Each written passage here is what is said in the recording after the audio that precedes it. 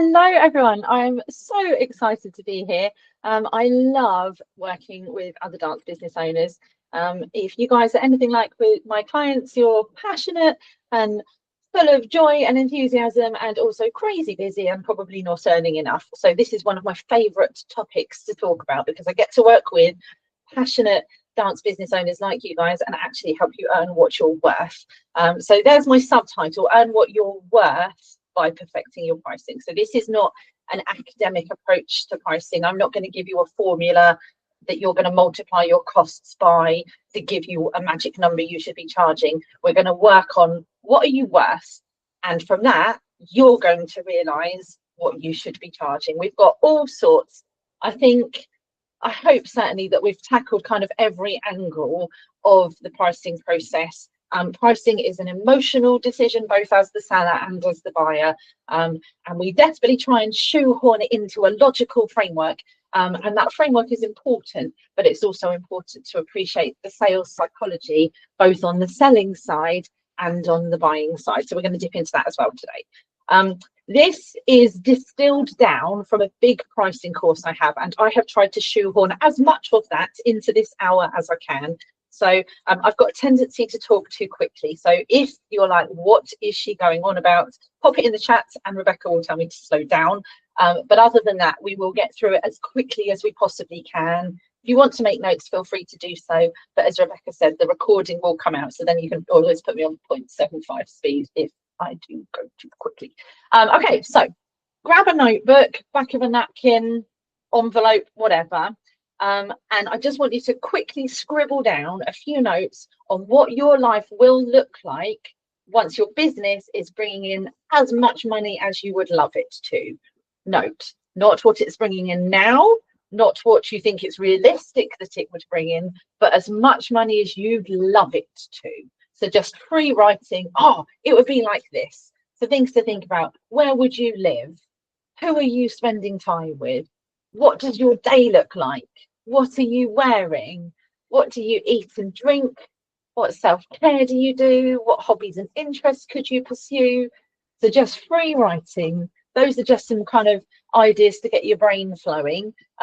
This is not something that needs to be perfect. This is just to anchor immediately with the fact that pricing is an emotional decision. I could just tell you all, guaranteed, without even looking at your class manager, you're probably not charging enough for classes and probably whack it up by 20%, and this would be a really short and quite boring webinar. But if we can tie it to the emotion of the why we need to put our prices up, A, it will be so much easier, and B, it will give you an emotional anchor as to why it's really, really important. So for me, who I'm with, my dog is the love of my life. She's a 45-kilo German Shepherd called Drizzt. I adore her. And basically, the more money I make from my studio, the more time I can spend at home or in a field with her. So that's a key part of my vision.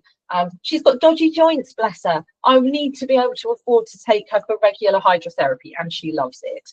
What do I eat and drink? I did this process about 10 years ago. I have smoked salmon for breakfast, and I'm not saying I have it every day, but I do have it probably once or twice a week because that was in my vision. And you know, it's not crazy expensive, but it's more expensive than a couple of bits of toast. So think about those things. You can come back to this. This does not need to be finished. It just needs to be connecting you emotionally with why you are going to be charging what you're worth.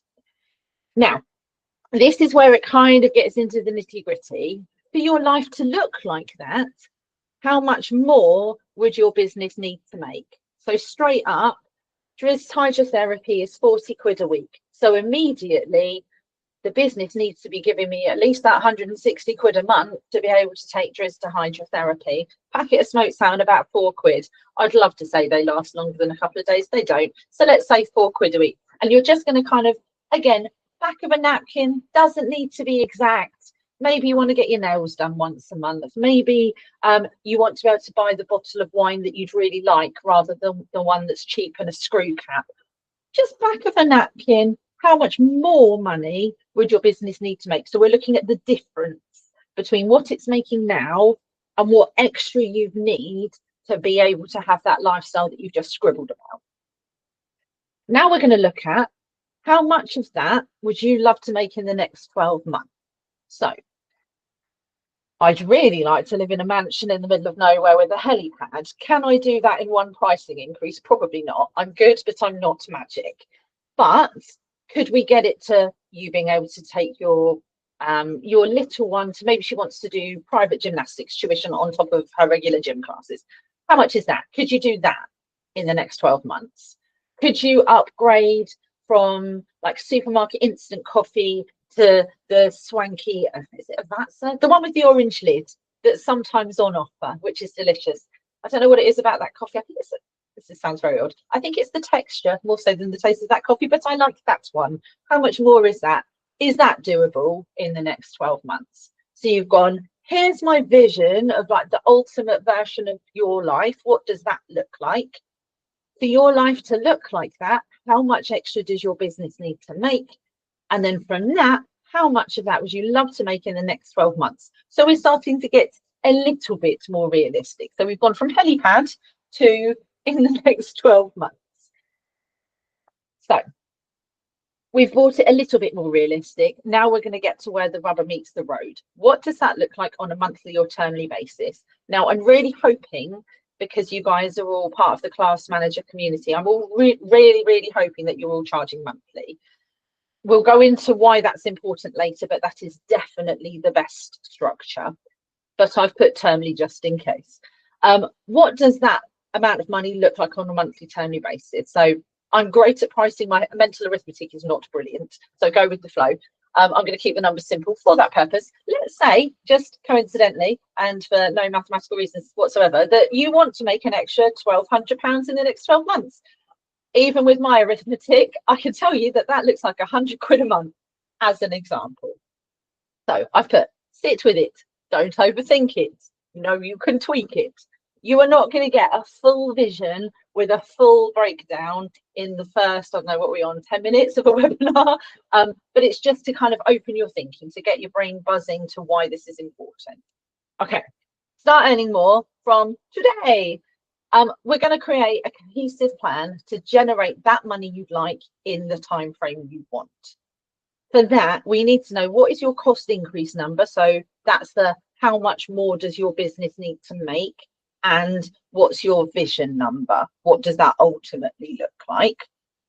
And now we need to look at what that looks like in terms of time. So your cost increase number is, for most businesses, your costs will go up every year. So there is a numerical reason for needing to increase pricing regularly. So I've got a lease on my studio. Every 4 years, that lease goes up. I know it's going to happen. And rather than go nothing in terms of increasing my pricing and then a big hike to match the lease increase, I go, that's coming. So I'm going to incrementally increase my prices so that by the time that lease increase hits, I've already covered it. And the same will be true of everything, whether you rent by the hour. We've got 2 of our locations we rent by the hour. Both of those go up every year. I know it's coming. If you are leasing your space, your electricity and gas is going to go up every year. Everything does. So you'll end up with a figure of my actual costs that have or will increase, whether I like it or not, and your vision number. That's your smoked salmon, hydrotherapy, gymnastics, extra things you want to add in.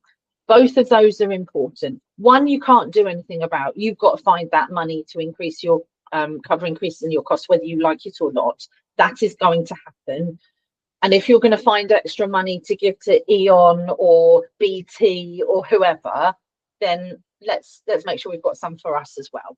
So over what time frame will those costs happen? So like I mentioned, in my case, my lease increases every 4 years. So I have 4 years to make sure I've covered that increase. Whereas with something like my teaching team, once they've got a year's experience with my studio under their belt, they're going to get a pay rise. So I know I've got a year to cover that, as an example. And then your vision number time frame. Hydrotherapy and smoked salmon, I wanted straight away, so I knew that had to come out of my price increase. The helipad can wait. I'm happy to be patient on that one. Okay, have a look at your numbers, those 2 numbers, those 2 time frames. What would be enough? Now, Enough is in quotes because I'm going to slightly challenge you on whether it is enough, but for now, go with the flow. What's your cost increase number plus your vision number for the next 12 months? What is a big enough price increase? And what would be a bit of a stretch? Now, most people on this call are dance teachers. We know that stretching is very good for us. It's very important, and it's often a little bit uncomfortable. And it's the same when it comes to pricing. Huzzah! So we can stretch that enough figure because we know stretching is important, it's good for us, and it can also be a bit uncomfortable, and pricing is the same. It's important, it's good for us, and it's okay that it sometimes feels a bit uncomfortable.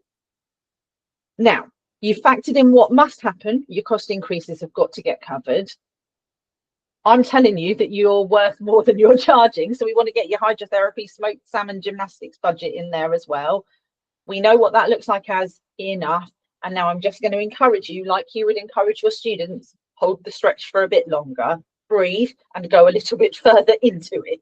Okay, what feels good as like a big kind of an overall number? So I'm not saying, oh, every student needs to give me an extra £3.54. I'm going globally, I need about an extra £1,000 a month in my business, for argument's sake, and for easy maths. So you're going to use your intuition on this. It's okay, just because this is numbers doesn't mean it has to be absolutely everything's black and white down to the decimal point. If generating an extra £1,000 a month feels like a bit of a challenge, but fundamentally, yeah, I think that feels okay, then go with it. You can always change things. This whole process is part science, part art. And it's okay that we tweak it as we go. So you're going to use my information combined with your intuition and your knowledge of your business, and you're just going to come to a decision about what makes sense for you. Okay.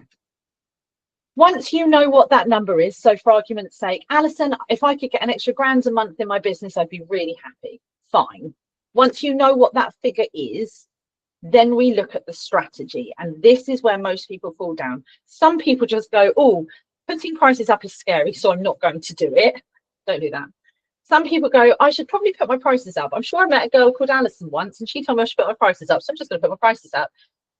And that's better than not doing it at all, but it's not actually strategic. Okay, so there are different ways of putting your prices up, and most people only see the first one on this list, which is a straight price increase. And that's fine. I'm not saying there's anything wrong with it, but it's not strategic unless you've considered other options. So let's say, for argument's sake, having thought about your smoked salmon and your rental increase and giving that fabulous teacher a pay rise and whatever, for argument's sake, we want an extra £1,000 a month. You could just divide that £1,000 by the number of students you have. So let's say we've got 1,000 students. I'm not saying we have, but for easy maths, you could just put everyone's prices up by £1. Done. Easy. Not interesting, not sexy, not creative, not glamorous, but it would do it. That's a straight price increase. So taking the amount of extra money you want, dividing it by the number of people in your student body, and there's your price increase. So for argument's sake, I need to put everyone's prices up by £2 a month, and I'm just going to do that. That's a straight price increase. There are other ways of doing it. Now, I'm not saying there's anything wrong with a straight price increase, depending on your history in your studio, so what you've done before, that might be absolutely fine. If you know you've been open for 3 years and you've never put your prices up, just put your prices up. That's fine. If you think there's a reason why something more subtle might be a good idea, it's worth considering. You could look at semi-inclusive or fully inclusive tuition. So that's where you've got your price for tuition, which is what you're charging now. You've added in what you know you need to increase it by. And then you look at what else are people buying from me. So for example, do they buy a t-shirt? Do they pay for a dress rehearsal? Do they purchase a show costume? Do they have to have a certain pair of tights for the show? What else during a year are they buying from you anyway? And then you can add that in and divide it back. So for argument's sake, you've got your figure for tuition, which you're going to times by 12 because there are 12 months in a year. And then you'd add on the bits that people are buying anyway and divide it back by the 12 months, which would give you either semi-inclusive or fully inclusive tuition. Now, what that does is it enables you to kind of package your price increase. So it will make your price increase look bigger, but people will feel differently about it. Okay, price is changing, and you will never get a surprise bill for costume hire. You will never get a surprise bill requiring you to purchase such and such. We won't come chasing you for dress rehearsal fees. The workshop that your child wants to come to in October is already covered for you. It's got a different energy about it than a straight price increase.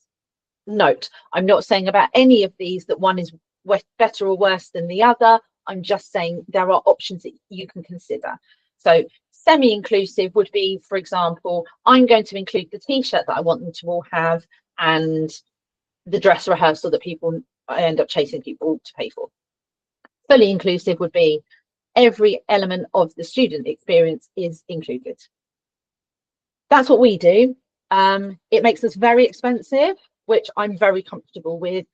I would like you to be the most expensive studio in your area. And I know immediately you're going, oh, I don't want to do that. If I offered you a free jumper right now, and I said one is Prada and one is Primark, they're both free, you can just choose which one you want. I imagine most of you would say, I'll have the Prada one. And then when I probe you on why you chose that one, you would say that one's of better quality. And then I would say, how do you know it's of better quality? I'm in my office, your studio, your home, your office. How do you know the Prada one is better quality? And you'd say because it's more expensive. People very powerfully tie pricing to quality, rightly or wrongly, but they do. We see something that's expensive and we expect it to be of a higher quality than something that's cheap. It's grossly unfair, but this is why we're asking you to charge what you're worth, because I have no doubt at all that the classes that you deliver are of really high quality. And as soon as you price low, you're actually undermining that from a sales psychology point of view. People assume if it's cheap, it's rubbish. If you imagine going on to Marketplace looking for a particular item and you find 5 and one of them is so much cheaper than the others, you immediately go, there must be something wrong with it. Why is it cheaper? So as I say, we are very expensive. I am very comfortable with that, and I would like the same for you. So to be the most expensive studio in your area, because it subtly communicates quality. Fun fact, as soon as you do it, you also give permission to all of the studios around you to increase their prices as well. So it ends up being good for everyone. You'll put your prices up and people will either try and undercut you, in which case they will go out of business, or if they're smart, they'll go, she's just put her prices up. We might as well put ours up as well then. And it's just good for the whole industry. Happy days. People only know to value the arts if we charge them accordingly. So the other good thing about inclusive tuition on both sides is there's never an unexpected bill for a parent. So they never have to say to their child, oh, that thing or, that item that you'd like, I can't. We didn't budget for it. I didn't know it was coming. It's hilarious. When we give out costumes based on the fact that we do include those in tuition, every year, we have people say, how much do I owe you? And it feels lovely to go, it's all already covered. You've paid for it in your tuition. And they're like, really? Yes, I don't know how many times I've communicated it to you, but yes, you've already paid for it. It's yours. You don't owe me anything. It's all covered. So it's lovely for the parent. They never get an unexpected bill, which means they never have to get in the way of their child doing or having something that they would like from you. It also means everyone buys a t-shirt, for example. Everyone pays to be in the show, for example. Whatever you're including, everyone pays for it, whether they do it or not, whether they want it or not. Caveat, you need to decide what happens if they don't want to do that thing, they don't want to have that thing. Our one-liner is, there are no discounts or refunds for elements of the DanceWise experience that you choose not to use. Again, not saying that's right or wrong, but if you are going to go down the inclusive route, you need to think, what is the answer to that question, because you will be asked.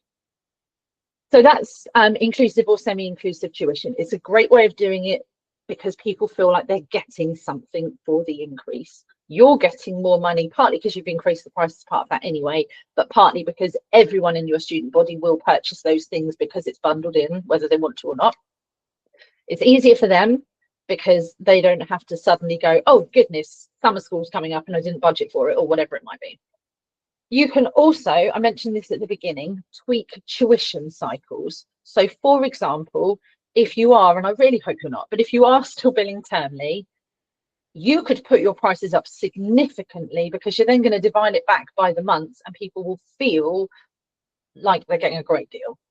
They're paying more per class, which obviously they will find out if they do the maths, but that's fine. It will feel much easier to budget for. I even pay for my road tax monthly, and I've got a really economical car to tax, and it's like £1.30 a month or something like that. And I do it monthly because it's easy. Set it, forget it, don't think about it again. It's the same things, the same benefit. And then you can tweak tuition dates. This is what a lot of people don't do. So, as I said at the beginning, I'm hoping that if you're using Class Manager, you're already using monthly billing, but over how many months? So I would encourage you to think about your tuition not as a monthly membership, but as a monthly portion of annual tuition. So your cost for the DanceWise experience over the academic year is this, and we break it back by 12 monthly installments for your convenience. And it is convenient because they don't have to suddenly change their budget for August when you might not be running classes. It also means that their monthly installments are smaller, which is lovely for them. Like, why would you want to pay in 11 chunks if you could pay in 12? And it's better for you because our revenue in August is pretty consistent with it the rest of the year. It has a little dip because people aren't in the studio to buy extra things like coffee or new types or whatever. But fundamentally, our August revenue is the same as our September revenue. Okay, so if you're thinking, well, I'm already charging monthly, good for you. Have a gold star. That's amazing. Keep doing that. And consider, while you're doing this price increase, reframing it in your brain as this is a monthly installment of annual tuition, and therefore it's fine to charge them in August when you don't have classes. Again, you need to map out how you're going to communicate that. But all we've got, and I'm very happy to send out the wording at the end of the webinar, is a little kind of couple of line sentence that says your monthly tuition is based on your DanceWise experience across the whole year divided by 12 months for your convenience. Done. Easier for them, easier for you, more consistent revenue, and you can put your prices up by proportionally more without it feeling big to your customers, because you're then going to divide it probably for most of you by an extra monthly installment than you are currently. And then my catch-all at the bottom is, or a combination of any of the above. So you could just put your prices up by, let's say, £5 a month, but actually that's not going to feel like £5 a month because you're also going to divide it by 12 installments, not 11. You could go to inclusive tuition, but currently you're actually charging termly and you're going to go to charging monthly. So you can do any combination of the above. So those are the different strategies. You've got your, I must earn this much extra number for BT taking more money for you to have internet. You've got your vision number of, I'd like smoked salmon for breakfast on a Sunday, please, Alison. And you've lumped those two together. And then you've gone, is that enough? Stretching can be uncomfortable, but it's really good for us. It's really important. That's my number. I'm going to divide that by my student number and then go, and now what strategy am I going to use to get that number? Am I just going to just put my prices up? And if you want to do that, that is fine. It's the easiest way. It's the overnight way of just having more money. Or do you want to look at some of these other options? With all of the other options, you need to think it through.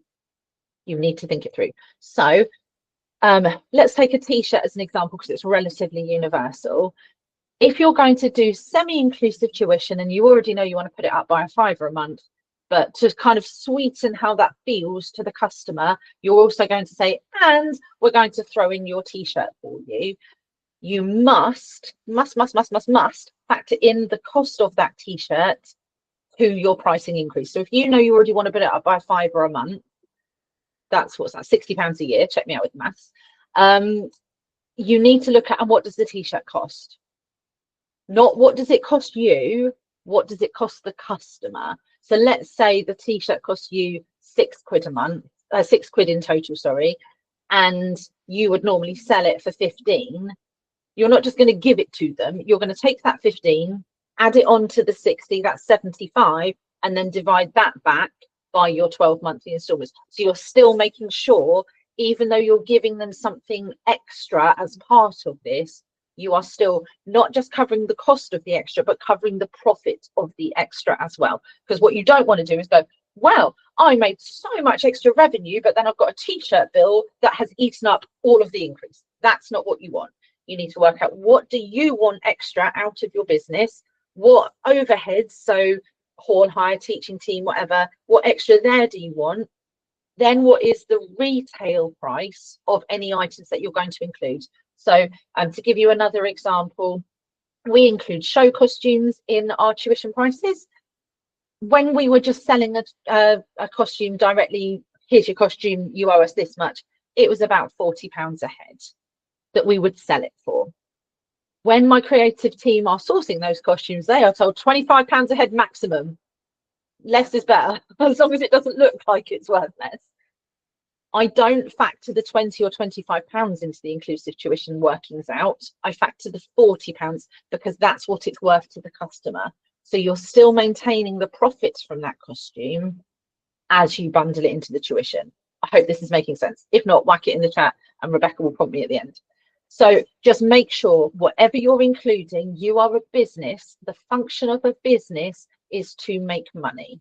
Yes, the function of your business is also to teach pirouettes or head spins or time steps or trebles or, you know, whatever dance style you teach. Yes, that's the mechanic of the business, is the stuff.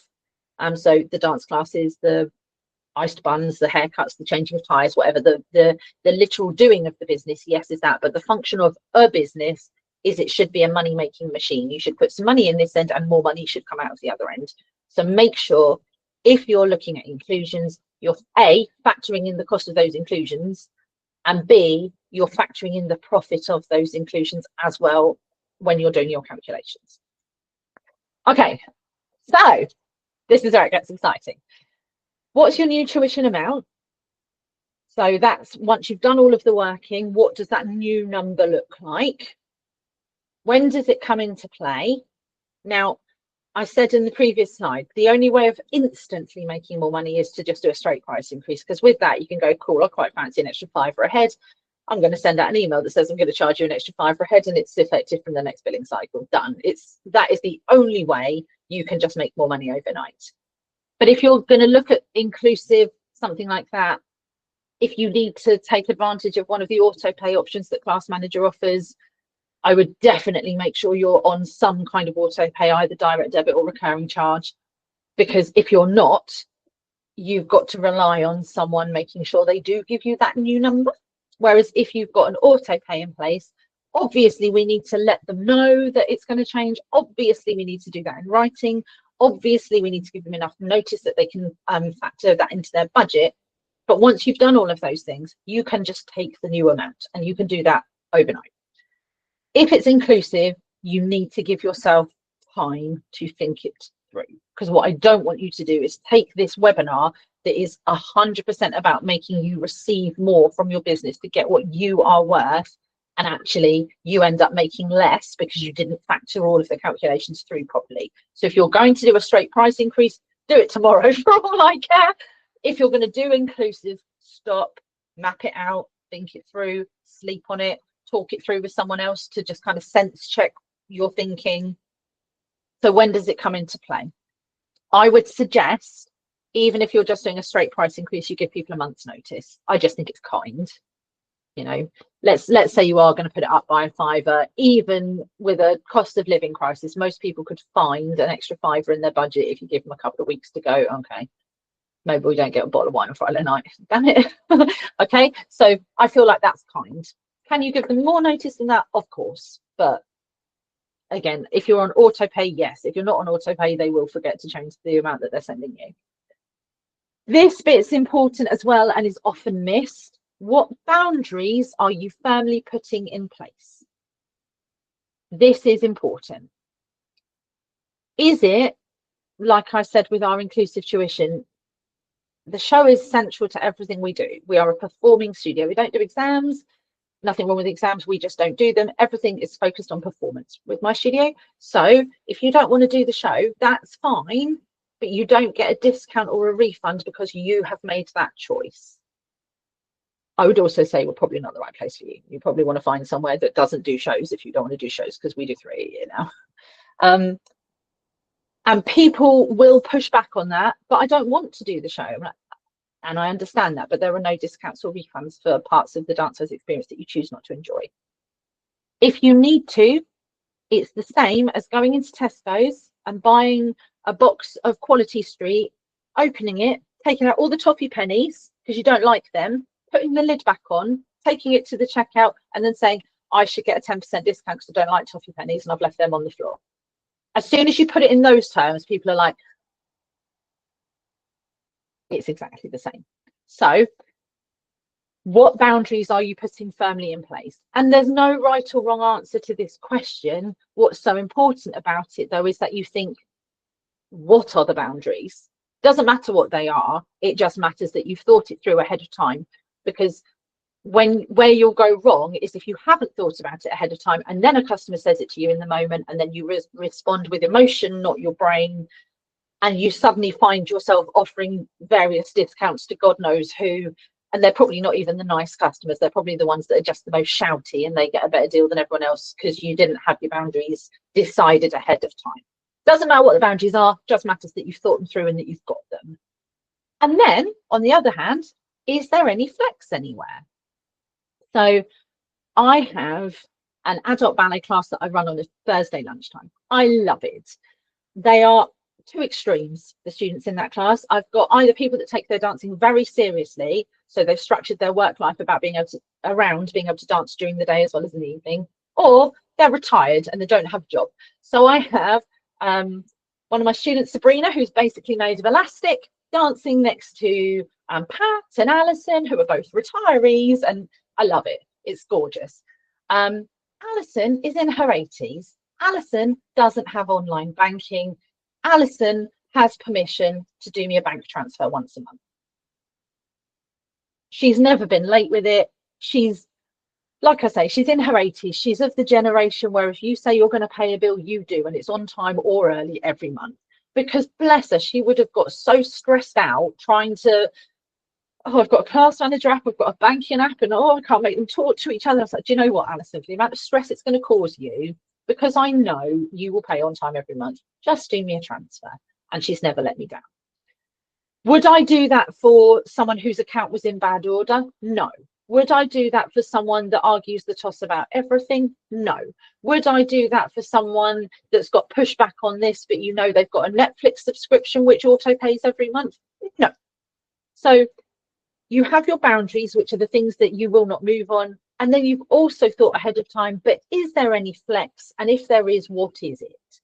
My flex on that is, if I've known the person for a long time, their account has always been in good order, they've never missed a payment, they never caused me an issue, will I allow them to not pay auto pay under that circumstance? Yes. 1 student out of 3 locations, 1 student has that flex.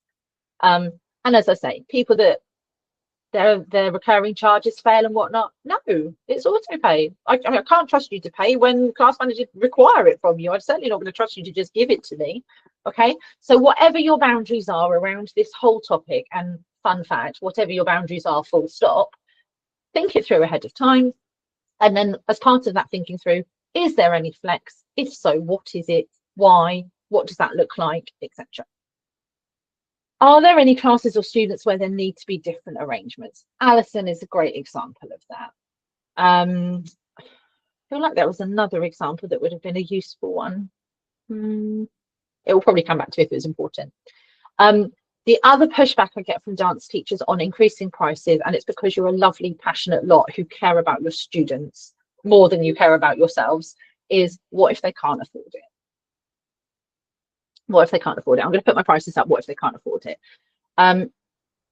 I would encourage you to really think through your question. Is it, what if they can't afford it? Is it literally, there is a hardship issue here and they will have to stop dancing? They don't have a spare 2 pennies to rub together. So if I put it up by 2 pennies, they will not be able to do it.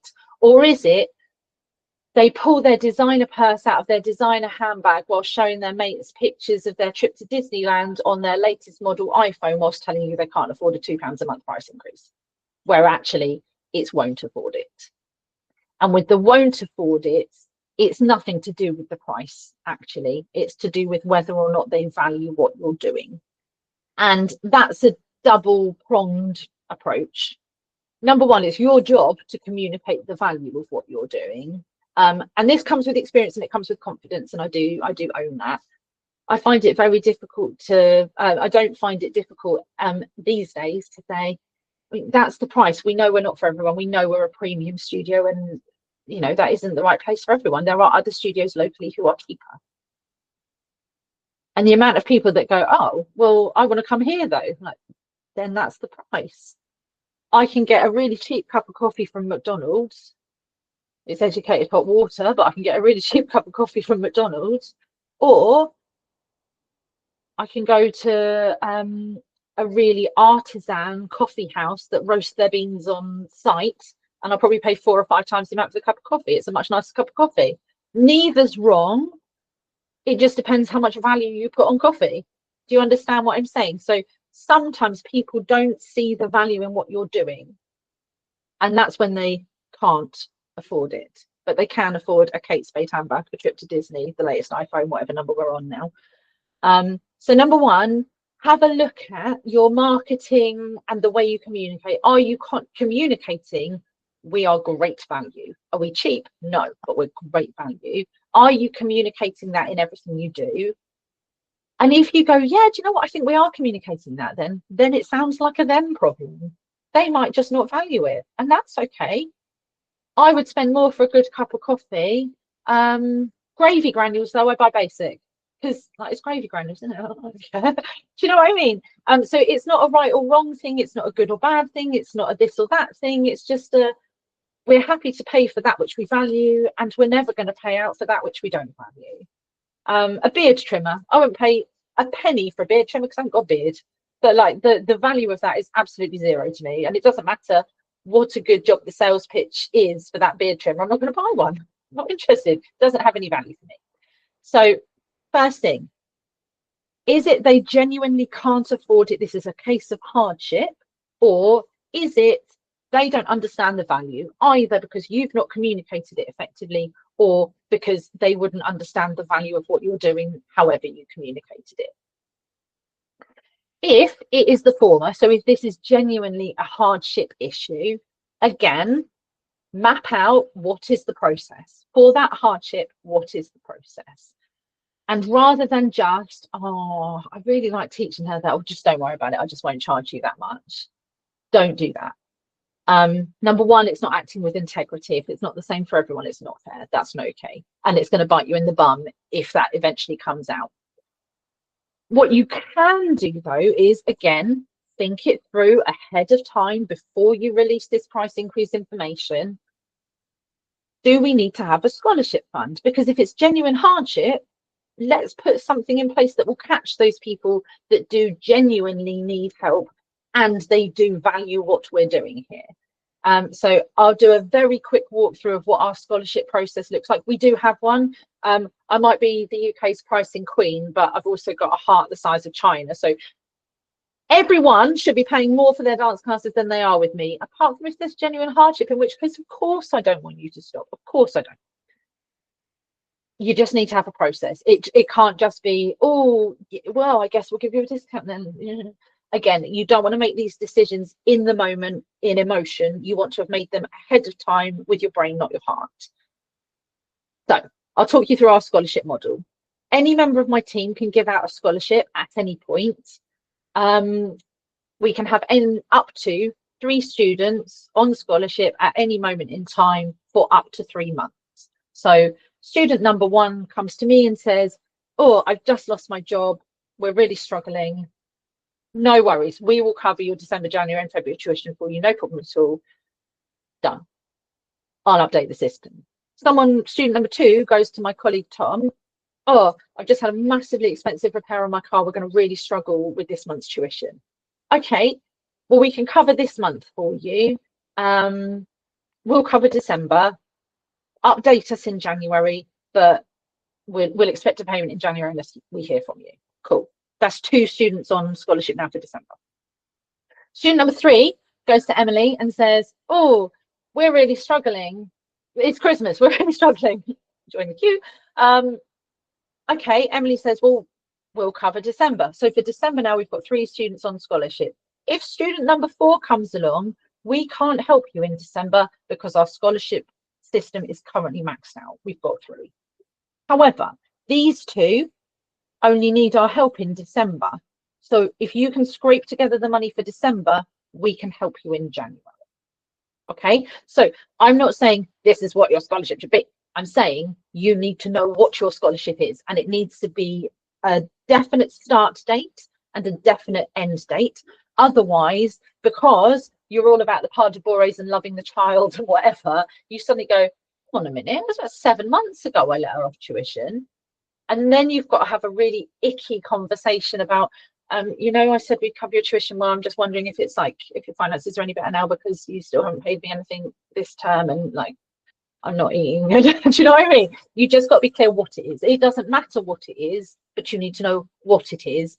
It needs to be have communicated really, really clearly, so everyone knows this is the start point, this is the end point. Now, let's say we've covered December, January, February. By February, Dad still hasn't managed to find another job. They can reapply for the scholarship, and then, oh well, actually these 2 only needed help in December, so yeah, we've got capacity in our scholarship scheme, in which case we'll give you March, April, May as well. End of May, you will need to start paying tuition or give us an update and reapply.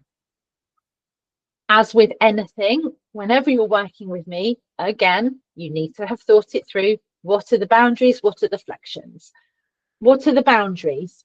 For us, you must have auto pay in place for the duration.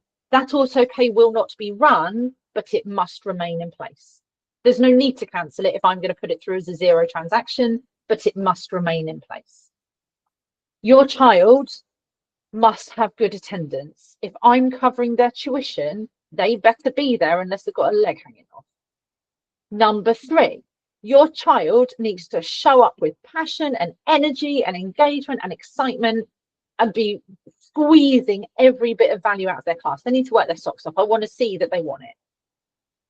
And number 4, you as the parent must be an advocate for the studio. Oh, my child's art studio is so wonderful, lovely people, great classes, brilliant opportunities. I think if I'm covering your child's tuition, I think those are very reasonable expectations. I won't charge it, but your auto pay must stay in place. Your child must actually come to the classes that I'm paying for them. They must show up with a great work ethic.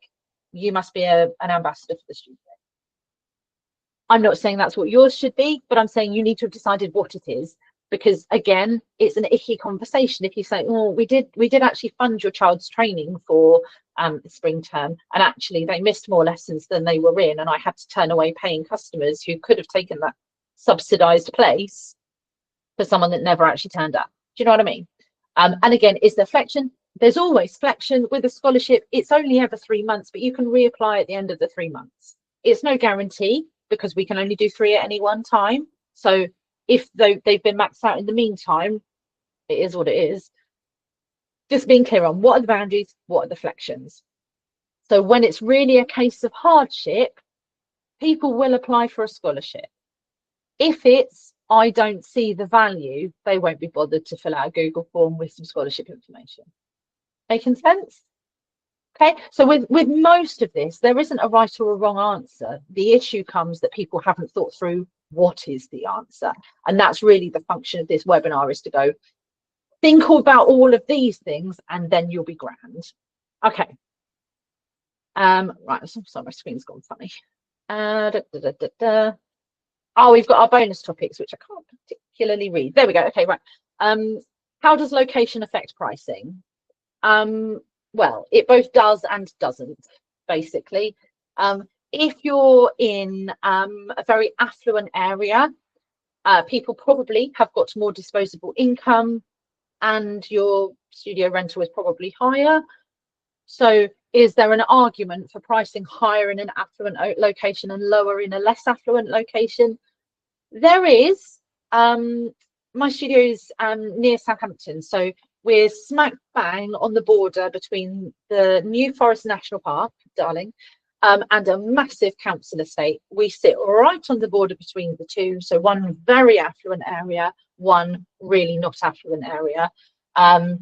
We draw students from both, and they both pay the same price. So can it affect your pricing? If you choose for it to. I would encourage you to push back on that thinking, on the basis that we've got enough people in our area that we could have all people from the national park, from the beautiful big thatched cottages and whatever, but we also get a lot of people from the council estate, and they're not paying different prices. So just, can it affect it? Kind of, if you let it, really. Especially if you've got a hardship fund already set up and in place. What about families who are struggling financially? Refer to point A. Have a hardship scheme set up. Don't just respond in the moment. I feel like being cheap will attract more people. We're back to our Prada Primark jumper situation. It's a very, very powerful way of communicating value. If you're expensive, people will think you're better than if you're cheap. The other thing with being inexpensive is you've got to get more students to make the same amount of money. Now, my experience of working with my clients is that most studio owners are not brilliant at marketing. And that's not a diss, that's just factually, I think as a breed, a lot of dance teachers feel a bit embarrassed about being all out there and saying how fabulous they are and communicating that often enough and asking for the sale and whatever. If you know your sales and marketing process needs work, and you know you're not beating off new enrollments with a big stick, you're making your life harder. If you know you are a sales machine and all of your classes are full and whatever, then I guess you can do sell them cheap and stack them high. But my experience has been typically dance teachers have the opposite problem if we don't have enough students. So I would go with a high price, low volume model over a, whatever the opposite of that is, low price, high volume, because most studios struggle to get a high volume. And if your classes are full, you might as well put your prices up anyway, because, well, your classes are full. So even if 10% of them leave, you're still going to be quids in. So yes, I would advocate that pricing and buying decisions are far more emotional than they are logic based. There's been psychological studies done that prove people believe they buy based on logic. They don't. They buy based on emotion, and then they find logic to justify that emotional decision. They will believe it's a logical decision. And I've studied this material, and it still applies to me. I'm like, yeah, but I really needed to have my hair colored because of blah, blah, blah, blah. I'm like, needed? No, you wanted to because of how it made you feel, and there's nothing wrong with that. But don't try and say it's a logical argument, Alison. It's definitely not. And then the other thing I get asked about is something called grandfathering, which grandfathering tuition would be, let's say you're going to do a really chunky price increase and you're a little bit concerned. So you go, well, actually, I know what I could do. I'll keep my price the same for my current students, but new people coming in will pay the new rate. Can that work? Yes. What's good about it is you don't get scared. What's bad about it is you don't get that instant overnight revenue spike. You know, if you've decided I'm going to put my prices by 20% as of the next tuition cycle, you'll update your recurring charges or your direct debits or whatever, and you'll just get 20% more money. With grandfathering, it's going to be very drip, drip, drip, drip, drip. So you need to effectively have all of the old people leave and be replaced with new people to actually get that same price increase. Plus, if the existing students find out that the new students are paying a different price, they're going to be wary immediately of like, well, that price increase is coming to us. If the new students find out that the existing students are paying less, they're not going to be very happy about it. And at some point, because you're a business owner that acts with integrity, you are going to put up that original tuition to match the new tuition So you're going to have this conversation with them at some point about putting their prices up anyway. Can grandfathering work? Yes. It probably isn't the silver bullet that you might be thinking it is to avoid feeling uncomfortable. Remember the stretching analogy. Stretching is important. Stretching is good for us. It can feel uncomfortable, but it's still important and it's still good for us. Okay, this is like the golden nugget. This is how you're going to communicate it. I see a lot of people make mistakes around communicating the pricing increase. And it normally goes something like, as of the such and such of January, we're going to have to put our prices up by this. And I'm really sorry, but it's because my studio hire has increased and I had to get a different teacher in and she was more expensive. And we've got a show coming up and it's just really difficult at the moment. And justify. No, we do not justify our pricing. You don't go into Tesco's and go, that bottle of Prosecco is more expensive this month than it was last month. And then get a diatribe from the CEO of Tesco's as to why he needs to put up the price. You just put the price up and you decide whether you're going to buy it or not. It's really that simple. And people justify. The problem with justifying is it communicates quite a small energy, as opposed to just saying this is the price, which communicates quite a powerful energy. This is the price. The price is the price. In fact, it is what it is. It also, every justification you gives the customer something to raise an objection against. So if you say, well, my hall hire's gone up, well, my rent at home's gone up. Yeah, well, it costs me more in petrol to get to the studio now. It costs me more to get to work now. Yeah, but the electricity building at the studio, the electricity bill at the studio has just gone through the roof. Yes, it's cost of living crisis. Ours has gone up at home as well. The more justifications you put in, the more objections you're giving them the opportunity to give. So I'm going to show you exactly what you should say. Okay, this is the only time in the webinar I go, do this.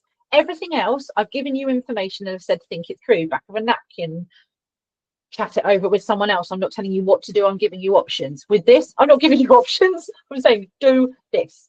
We've put our prices up every year for as long as I can remember. Yes, including during COVID. I only put it up by a little bit, but we did put them up. And as a KPI, a key performance indicator, I think if 10% of the student body moan or less, we're doing good.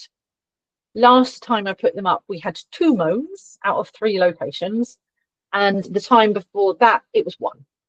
And I always use the exact same wording. So much so that our long-standing families go, oh, Alison, we saw that email. We were waiting for it and it came out. It comes out at the same time every year with basically the same wording.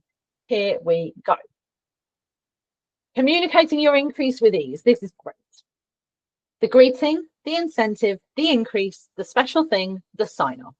That's it. So you're going to greet your families however you would normally. So mine is, I'm very fluffy in case you hadn't noticed. So mine is always, hello, lovely name. Thank you so much for being part of another exciting year at DanceWise. We've loved having you and your dance to be part of our family. So the greeting, the incentive. Coming up this year, we've got X, Y, and Z exciting thing happening. Now, I'm not telling you add a load of things. You probably have already planned a load of exciting things. You've probably already booked a theatre to do a show in, or you've probably already booked to take them to dance at Disney, or you've probably already got a little tour of school fetes and fairs that you're going to dance at, or you've got an exam session, or you're doing competitions. You've probably already arranged all of those things, and you're going to tell them all about them. How exciting it is. This year, we've already planned X, Y, and Z exciting experience for your dancer, and we've also got some really fun surprises as well. It doesn't matter what the fun surprises are. You don't even need to know what they are yet. You just need to make sure you deliver something that's fun and a surprise. So we had a great one year where I wrote a lovely letter. It was a template. It was the same for everyone. And it was just kind of waffling about how wonderful our dancers were and how hard they worked. And it was like one of those insufferable family letters you get inside Christmas cards. It was one of those, but to the families about their dancers. And then I signed off with, I'd love it if you have a cup of tea on me. And I literally stapled a tea bag to every letter. It cost me barely anything in paper, printing, tea bags. The most expensive thing was the postage. We sent them out and they went nuts for it. Oh, Alison, you went and I had it with my cup of tea. And it doesn't need to be anything grand or expensive. So you need an incentive. All the exciting things and some fun surprises. The increase. The less you say, the better. Do not waffle, do not justify. Something to the effect of, from the 1st of January, the pricing will be X. And then we move on. That's it. That's all the information they need, the date and what it's going to cost them. You don't need to waffle. You don't need to introduce it. You do not need to justify it. As of the 1st of January, tuition will be X. And actually, I'm correcting myself. Use the term tuition, not pricing. Tuition is X. And then we're on to the special thing. The special thing is something really fab. So this is like the highlights of your calendar. This is the big event. So this is the student showcase or the dancing at Disney, the really big thing. And then the sign off. In the sign off, you want a bit more flag waving about how wonderful they are and some flag waving about how wonderful you are. So in COVID, we were the first dance studio in the UK to go online. It was about a week before the government mandated it. So that year, my sign off was like, thank you so much for sticking with us during the COVID-19 pandemic. It took very forward-thinking parents like you to embrace being part of the first studio in the UK to go online. We couldn't have done it without you. We love and appreciate you so much. So it's really saying, thank you, you're wonderful, but let's not forget how brilliant we are. Okay, so there's your sign off. And then do your normal sign off. Don't go either more businessy or more fluffy than you normally would do. My standard sign off is lots of dance voice love. Alison, kiss, kiss, kiss. Like I say, we're very fluffy, we're very family orientated. So just because I've communicated a price increase, I don't suddenly go, you're sincerely or regards, or no, it's still lots of dance voice love. I'm just going to charge you more for it. All right. Now, if you want help personalizing this, so Alison, I want to do it. I want to put my prices up, but I'm scared. Can you help me with the email? Yes, we will give you some more information on that at the end. Right, you've done all the hard work. Hooray. Now what? Before you hit send on your announcement email, you need to learn how to overcome any hiccups. There will be hiccups. Just accept that now. Don't freak out about it. Just know it's going to happen, because if you're prepared for it mentally, it will be a doddle. Remember the stats. 10% or less moaning is good. You can only use those stats if you track them. So don't send it and then watch replies come into your inbox and go, see, I knew this was a terrible idea. No one's going to dance anymore. It's not true. Start a really simple spreadsheet, and just as you deal with each email that questions the pricing, just make a note of it. As long as that number stays less than 10% of your student body, it doesn't matter how many emails you get. If it's less than 10% of your student body, it's fine. I would be very surprised if there's a really cool matrix for this. You have to lose it. It's a quirk of compounding in maths, and as you know, maths is not the strong point. Pricing is not the math. There's a quirk of compounding where if you put your prices up by 10%, you need a lot more than 10% people to leave to actually be worse off. I forget how it works, but just trust me on this. If it's less than 10%, you are fine and dandy. Don't let your inbox push you out of your brain and into your feelings. Does it feel nice if people moan? No, but you're going to make your brain override your feelings and go, Alison said if it's less than 10%, it's okay. All right. And then you're going to have strategies already in place for any negativity or backlash. This is more for your peace of mind than anything else. Most of the time, you won't get a backlash. You're probably not charging enough to start with. You've probably not put your prices up for ages anyway. So this is more about when you start going, yeah, but we're going to have a strategy for the backlash, which probably won't ever happen, but we're going to have one anyway. So what comments do you fear? What are you worried that people will say? Write it down. What will people say? What questions might they ask? What exceptions might they ask for? Write it down. You're effectively taking the bullets out of the gun by going, I've already told myself and made a note of what people are likely to say that I'm worried about. And then this is the chef's kiss moment. You're going to write out right now, before you've even sent that email, what the canned responses are before you hit send on that announcement. Now, I'm warning you now, this is going to be such an anticlimax, because you might have like one parent complain and they're already a pain in the bum anyway. So really, it doesn't matter if they leave, because you're going to make more than enough to cover what they were paying, and you won't have to deal with the pain in the bum anymore. You're welcome. So yeah, you're going to have all of this mapped out before you send the announcement. The beauty of this means you don't have to live in the inbox. You can press send on that announcement, close your laptop, go to the pub and have a nice glass of wine and get your assistant or your sister, or if you've got an older teenage child, brilliant, let them earn some pocket money. Here's the responses. Send that response if they say that. Send that response if they say that. I don't want to hear about it unless it goes above 10%. Walk away, drink your wine. It probably won't happen. Again, if you want to bounce some ideas on, well, what will people say and how shall I respond to it? Again, we'll give you some more information at the end. With your canned responses, what responses do you think you'll get to that? So when they've said X and you've responded with Y and they come back with Z, what's your next response? Don't go any further than that, but this is just your can I sleep at night portion of the webinar. Alison said less than 10% is okay. Cool. I might get 10% moans then.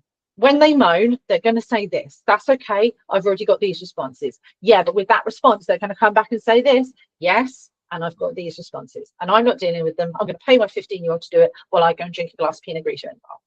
Okay. Right then, there are a few more check-offable things to do. If it's the right time of year for you, send the email. By the right time of year, I mean, think through, when does it make sense to change prices? When does it make sense to communicate that change? So we do a show in the spring term. So come April, everyone is buzzing and woo, the show's amazing. That's also when the budget comes out. That's quite handy. We announce our tuition around that same time. So people are high as kites. They're having the best time of their life, just doing the show. It's amazing. So they're in a really fizzy, fluffy, we love dance-wise state when they get that email. And subliminally, the government are telling them times are hard for everyone, times are hard for businesses, it's so difficult, prices are going to go up. So the government never does us a favour, but the government has actually done us a favour in this instance. They've primed everyone that the price is going to go up, and you're just going to tell them that, yeah, the government was right, unfortunately. We can subliminally blame the government for your price increase. I'm not saying you say anything, but it's just floating around the ether that the government is doing a bad job, whichever colour government it is. And in the budget, they nearly always put up the minimum wage, which is the portion of your studio that really might struggle with a price increase. Timing is important. Okay, don't put it up. Most studios have attrition, so a drop off in August, because it's kind of that end of the school year thing, try new things in September, going to a different school, yada, yada, yada. And then they make it worse by communicating their pricing change at that point. No, that's craziness. So put it up when it makes sense to do so for your studio. Like I say, the reason we do it in April is everyone is fizzy and high as a kite, and the likelihood of them dropping over an extra £2 a month when they've just cried buckets watching how wonderful their dancer has done, slim to none. We do it in August when they're already going, oh, dancing or football, dancing or football. Football hasn't put the prices up. They need to, but football hasn't put their prices up. We'll do football. Yeah. So the timing is important. So press send on the email if the timing is right for you. Open the champagne and share your success with me. I want to know how you went. I want to be flooded with emails going, you were right, I did put it up, and now I can take my dog to hydrotherapy and have smoked salmon on a Sunday morning. And you know, it was 10%. Well, for my studio, only 3% of people moaned, and I sent them the canned response, and then they were fine. And one of them left, but she was a pain anyway. So kind of thank you. I haven't got to deal with her anymore. Open the champagne, genuinely share your success, and then come and be part of my dance business Q&A if you would like more specific help. So if you want for me to look over your numbers with you and give you guidance on exactly what figure I would recommend you put your prices up to, if you would like me to help you write the email for your studio using specific fun things you've got going on, how to structure it, if you'd like help with the canned responses, anything like that, come and join my monthly membership. It's Dance Business Q&A.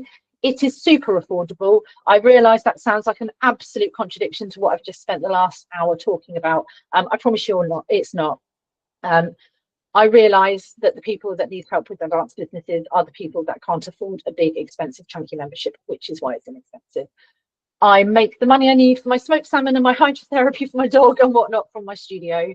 Dance Business Q&A is a passion project because I've been where you are, not charging enough, not making enough money, not sleeping enough. I crashed my car into a lamppost because I fell asleep at the wheel.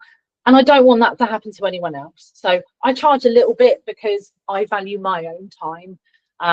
but it is a little bit. It's a tenner a month. Come and join us, and I would love to give you some specific help. And I'm going to hand over to Rebecca, who I think is going to get us covered for questions.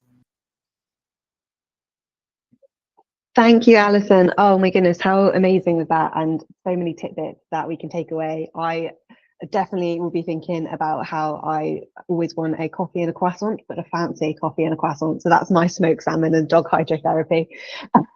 We do have some great questions coming through. So the first one, let me just get it up on the chat, which seems to have disappeared for me. Oh no, there it is. It's popped up now.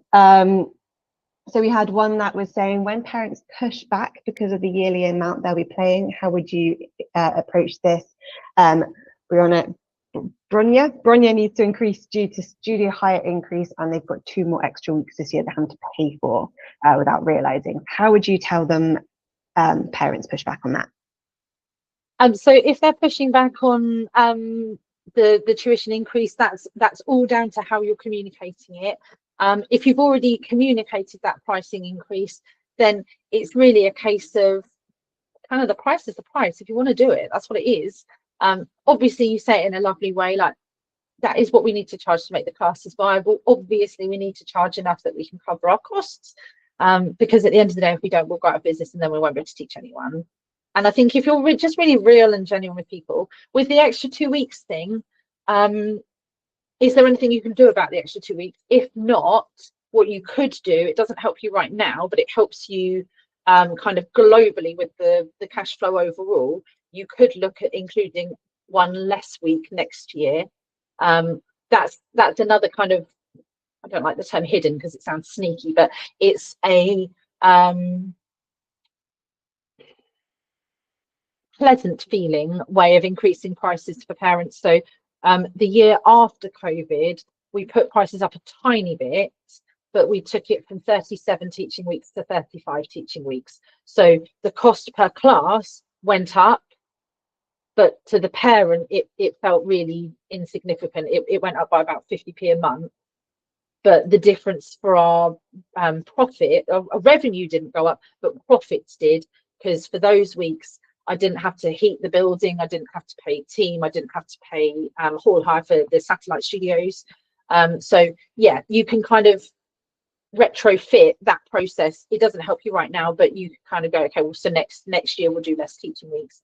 But just be real with people. Like if costs have gone up and you've already communicated it, be real with it. But it costs what it costs. I can't go into Tesco's and say I'd like a bottle of Moe, but I only want to pay for a bottle of Prosecco. It costs what it costs. I think a lot of it comes from having done that vision work that we spoke about at the beginning. So it's coming from but this is important. This is about Driss joints and getting her the hydrotherapy that she needs, and I'm going to do what I need to do to get that. If your costs have just gone up, and if you can't absorb that as a studio without going out of business or without being uncomfortable, you've got to do what you've got to do. And I think don't overly justify it. Don't overly justify it. Fantastic. There's been a lot of love also for your scholarships. So lots of people are asking, what do you put on the scholarship form? What does the form cover? And also, do you have anyone that leaves after they've done their scholarship? Great question. The form is really straightforward. It's like your name, student name, email address, phone number. So we've got all of the information in one place. So we haven't got to waste time going off, looking people up on the system or whatever. Make it easy for you. What's the reason that you need the scholarship? Often at that point, people who don't genuinely need it will click off the form, which is good. If it's genuine, like redundancy, then we go, cool, well, that sounds like a very impactful reason, but also a reason that's going to get resolved. Like once that person finds a new job, they should be able to pay fees again. Yeah, cool, that's fine. Completely understand. Yeah. And do they leave afterwards? Yeah, sometimes. It is what it is. But at the end of the day, they probably, if it genuinely was hardship, they would have probably left at month 1 anyway. So just because you've scholarshiped them month 2 and 3, unless your classes are full and you're turning paying customers away, in place of those people, it's not actually going to cause you a problem. It's not going to cost you more to teach that one, to teach 8 baby ballets instead of 7. So kind of, it is what it is. I think we've got time for one more question. So this one is saying how they love how much that you include everything in the extra cost in your tuition, but do you find this makes you look starkly more expensive than the studios near you that don't? And how do you communicate and advertise that so people don't just glance and think, oh my gosh, she's twice as expensive? Yes, it does make us more expensive, and I love it because, a great stat to have is the average price of a dance class in the UK is X, and with all due modesty, nothing about what we do is average. And then immediately it positions you so strongly to be able to go, well, this is the average and we're not average, so of course we're charging more than that. I can't remember what the stat is currently because I don't care anymore, but with all due, I know we're more expensive. With all due modesty, nothing about what we do is average. And what I do is, as I have for an awful lot of things, top tip, look up Text Expander. There is a cost to it, but it's only a couple of pounds a month.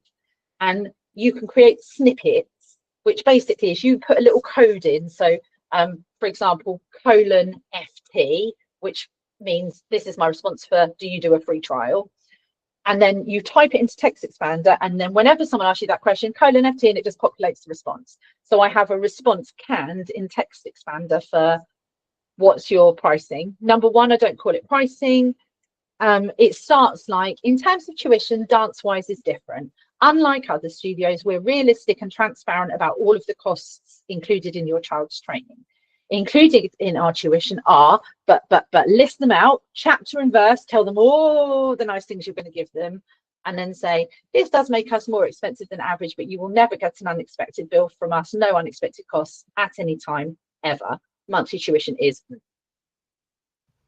Fantastic. A little bit of War and Peace there so that people know exactly what they're getting, when they're getting it, and all of that stuff. And by the time they've realised that they can't be bothered to read how many things you're including, they're going, yeah, all right, it's probably good value.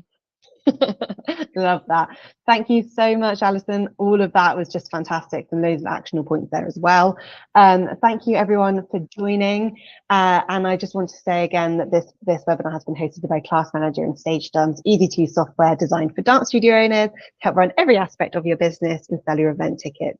The recording, along with further resources and further information, will be sent out tomorrow, and I'm sure we'll add in some links for Alison if you wanted to join her dance business coaching programs and all of that stuff as well. So we'll send all that out. Thank you so much, everyone, and thank you, Alison. You're more than welcome. Bye, everyone. Thanks for joining. Bye, everyone. Bye now.